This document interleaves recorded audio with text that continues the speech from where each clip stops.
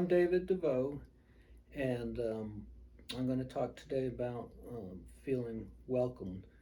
Um, and the experience I'm going to share is I've had MS for better part of 30 years, and with that comes an experience that is of value sharing with other people and feeling welcomed. I work a helpline for the MS Society. And people call in, they have concerns.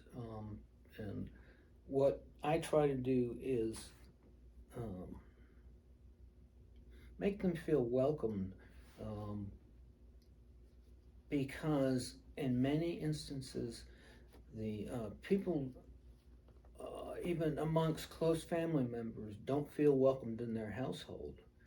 Uh, it's the disease is a very it's a chronic disease. It's very difficult to understand because a person can look physically fit and all of a sudden they're not doing well. It goes back and forth like that. And so people are misunderstood so often. And so when they call, and this is something we all who suffer from the disease have in common, is that it's a moving target. Some people are really bad off and unfortunately stay that way or get even worse, and eventually leads to their death. But in many instances, it's more of just daily living, um, and trying to help people see a different perspective. One of the key issues is acknowledging their feelings.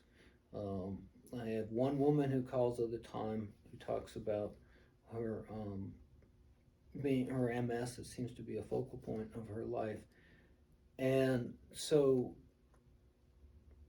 one of the things I try to do is just acknowledge that and express the things that we all have to deal with. When people call and they talk about the issues they're dealing with, though, it's hard.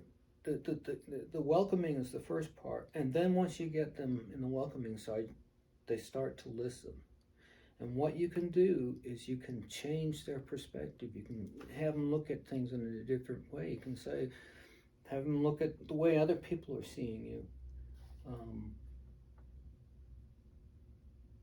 Sometimes that change in perspective, well, and most of the time, that change in perspective will bring a form of calm to people, a sense of ease.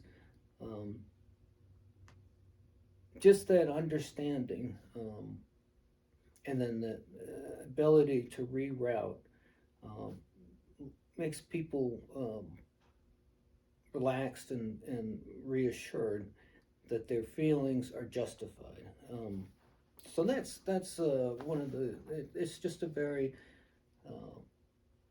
truly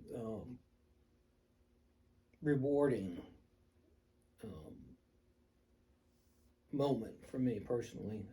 It's a way of feeling that I'm giving beyond myself. And one of the last things I try to do with people is I'll try to feel them out a little bit because we're not. It's supposed to be. We're not supposed to talk about religion per se in the form of persuading people. So we dance around. I dance around that a little bit. But if I get a feeling that someone is has a form of faith, I'll lean back and just say, reach back into your faith.